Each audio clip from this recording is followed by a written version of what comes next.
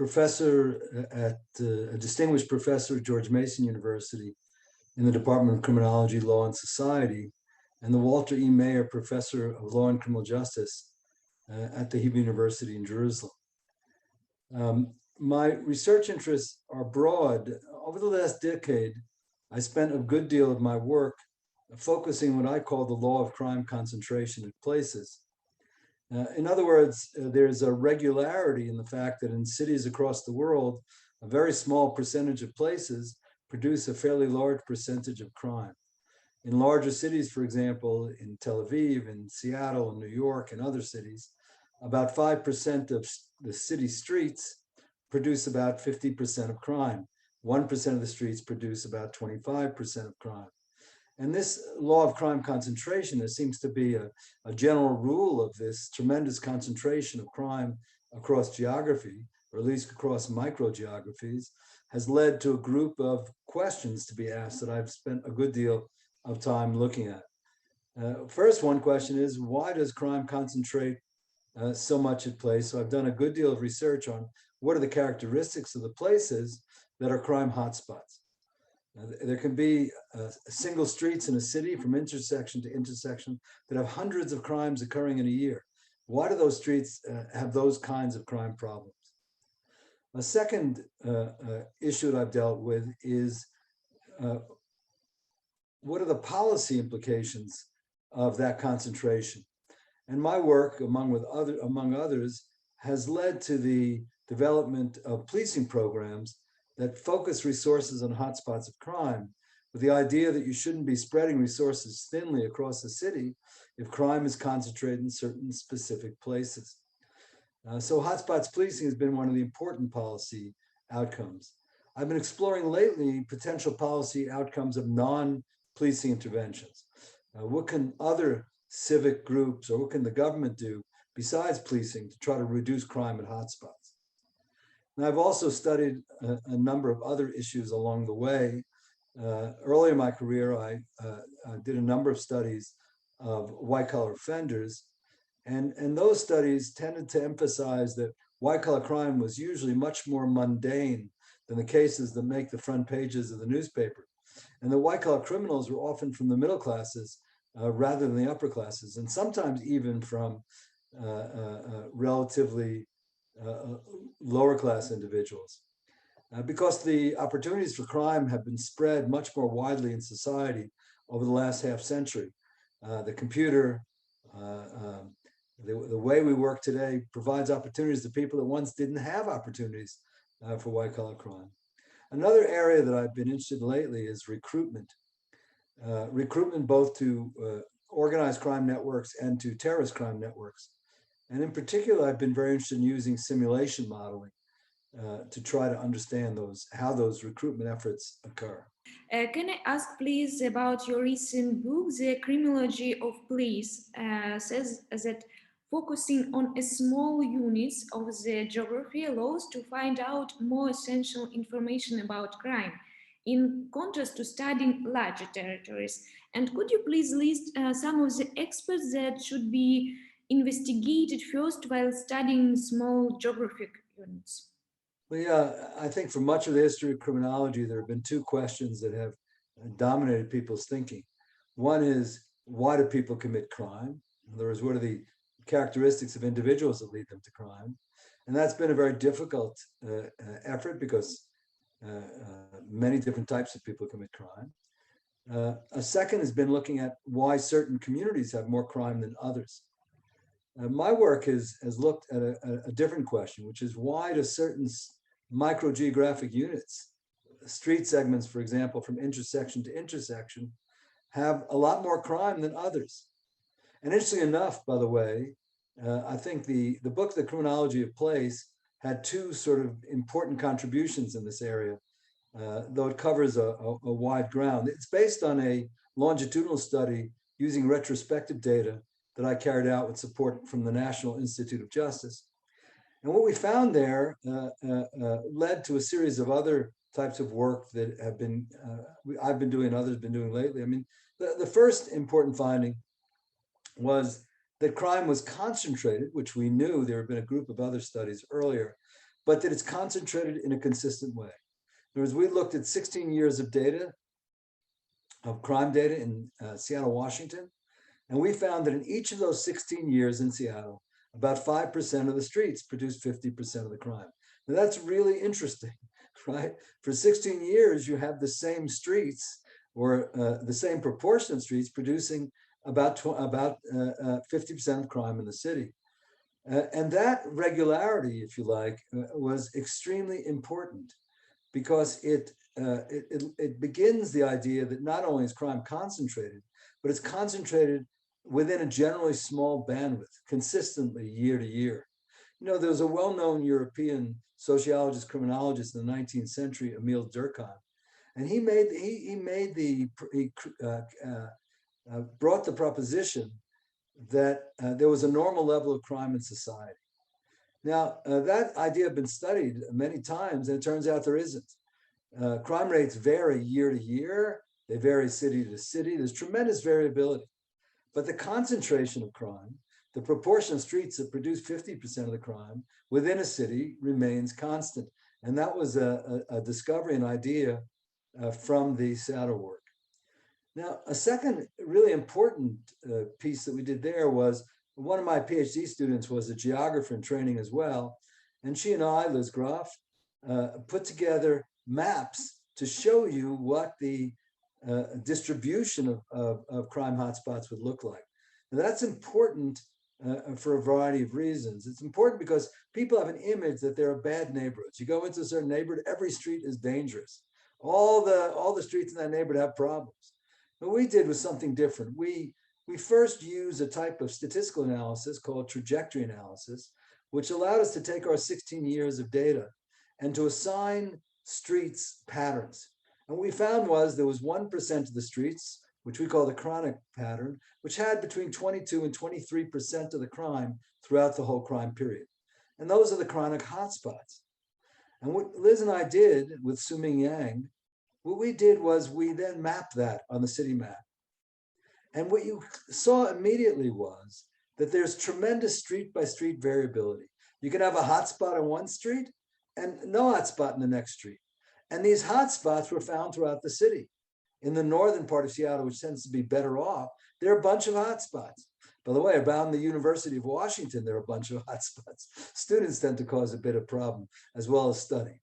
So this study also showed that this variability of crime street to street, which changes the view of how you think about crime. A well-known criminologist, Frank Cullen from the University of Cincinnati, he wrote in an article talking about my receipt of the Vollmer Award from the American Society of Criminology. He said when he was a teenager, he used to play baseball in the park in his neighborhood in Queens, but he didn't walk directly there because there were some streets that were dangerous. So he walked around them. He said, and then when he got to his PhD at Columbia University, he forgot about that and started to think that crime was sort of relatively homogeneous in bad neighborhoods. So that book, I think, had two really essential contributions. One, it was the beginning of a law of crime concentration, that there was this tremendous consistency within a small bandwidth of concentrations of crime. And the second was that there was tremendous street by street variability. And in the bad parts of town, supposedly, the places that are poor and impoverished, most of the streets are not crime hotspots, which changes our image of the crime problem in cities. I just want to come back to Durkheim for a minute. I said that he suggested that crime there was a normal rate of crime when societies were in a normal situation. And that's not true, as I noted. But now note that each year in Seattle, about 5% of the streets produce 25% of the crime. Well, that fits Durkheim's original idea. In other words, that there is a normal level of crime. It's not a normal level of the rate of crime. It's a normal level of the concentration of crime. In your opinion, like an expert, to what extent it is relevant and important for modern businessmen to study criminology? A lot depends on how important you think science is. In evidence-based policy, we argue that it's important for practitioners to base their practices on evidence of what works, on science in terms of the underlying mechanisms of what works. And the reason why that is ultimately is because you'll probably do a lot better. There's a long history of criminal justice programs that politicians develop without much thought, that there's a lot of fanfare at the beginning, and then someone looks at it, turns out it didn't have much impact. If you want to avoid those failures, the way to do it is first to test new innovations, see that they work in experimental conditions, and if they do, then to implement them in larger scale, and then you'll have much less risk. Now, what I'd say to business people and when they're trying to think about how to prevent crime in business, these sorts of issues, why shouldn't they pay attention to the science? I was once in a meeting and with some high-ranking police officials in Israel, and at a place called the Israel Democracy Institute, and someone at the table said, "Well, why do you think that crime displaces from one place to another? Professor Weisburd, I didn't say this, someone else did, that Professor Weisburd shows that crime displacement is not inevitable." And the police chief, the deputy police chief at the time said, "My stomach tells me that crime moves around the corner." So I said, that's okay. But I said, let me ask you a question. If you were going to a doctor and the doctor said to you, "Look, I'm going to ignore all the scientific evidence about illness. Instead, I'm just going to go according to what my stomach told you," would you want to do that? No, you wouldn't want to do that. I said, at the same time, clinical experience is important. Businessmen have a lot of experience that scientists don't. And that experience is useful for them. When I go to a doctor, I want that doctor to have gray hair like me. And I want them to be well read on the literature of science about what works, right? So they can have both experience and scientific knowledge to make decisions. In what ways current pandemic has impacted organized crime worldwide and smaller criminal communities? Well, I don't think we know that much about that yet. And it's funny because this is not the first epidemic in society. Maybe in our lifetimes, it's the first major epidemic, but they've been around before. Look, I think the question we really want to ask is, how does it affect crime per se? And then we can think a bit about how it affects networks. I think what we're finding is that crimes that occur, for example, in homes, like domestic violence or child abuse, those kinds of crimes increase during the epidemic because people are spending more time at home, and it's more likely there's more opportunity for those types of problems to develop. People also get frustrated and angry, and they're home all the time, not easy. Certain types of crimes, like robberies in many cities, I believe, were declining because there weren't as many people out in the street who provided opportunities for you to rob. People were not as active. They weren't going to the stores, etc. So I think that they're, depending on the crime, you could sort of use a logic model to think about how the reduced routine activities of people affected the causation of that crime. Crimes that required routine activities of people in shopping centers and malls and bars and those sorts of places, I would imagine, decline. Now, at the same time, in general, in working life, there's been an increase of work on the internet and a decrease of work, for example, in the office. So I suspect that a lot of crime has moved online. In other words, just like ordinary business had to do a lot of their work online, I think a lot of criminals had to do their work online, and they're assisted by other technologies. For example, illegal drugs now are often delivered to someone's door by drones. There are companies that advertise that on the internet. Order marijuana and get it to your house by a drone. So that there have been technology has sort of created ways around human interaction.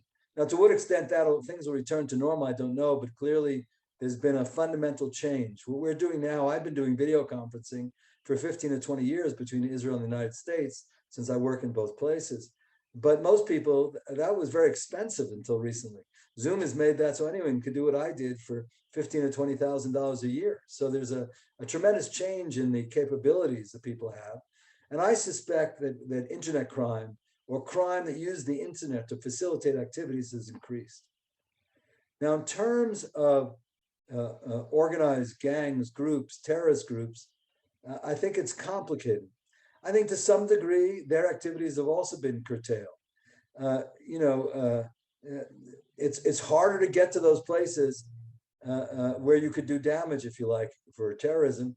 And there aren't as many people there. So that has happened. It's also the case that most groups now are just trying to survive, right? Many people are unemployed. Many people are, in difficult situations. So that probably reduced the ability of organized crime networks and other networks to develop. However, we do know, we did a simulation study for the European Horizon 2020 program.